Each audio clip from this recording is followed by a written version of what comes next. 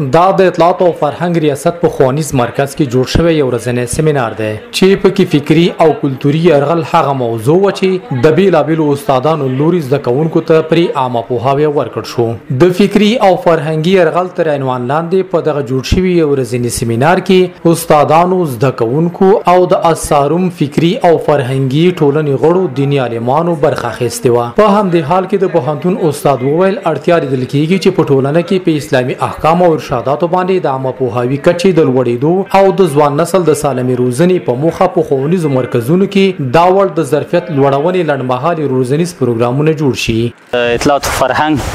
د ښوونیز مرکز کې د ځوانانو، متعلمینو، محصلینو د زده کوونکو لپاره یو ورځنی سیمینار دایر شوی او جوړ شوی چې په دې کې د دوی فرهنګي او کلتوري میراث د افغانستان او اسلامي فرهنګ او کلتور او دود او عنعنات او ثقافت او اسلامي تمدن پیژندنه وکړي، وی پیژني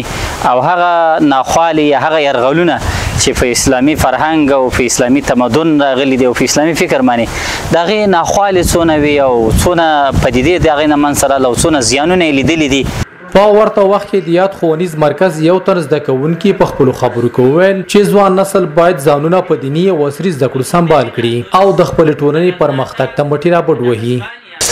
نن زموږ سیمینار دایر شوی په باره د فکري پوهنې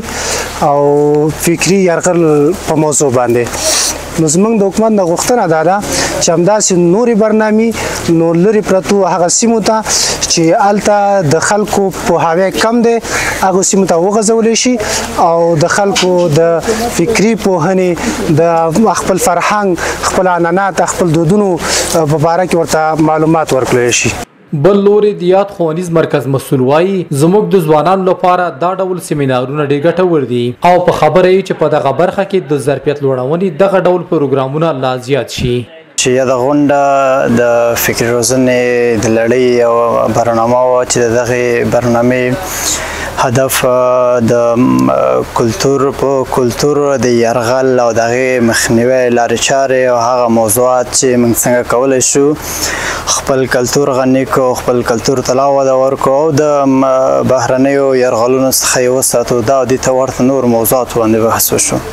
دا یادونې وړ ده چې د سیمینار په پای کې ګډونوالو د دغه ډول علمي غونډو پر اهمیت ټینګار وکړ او غوښتنه یې وکړه چې دغه ډول روزنیز سیمینارونو جوړولو ته لا زیاته پاملرنه وشي.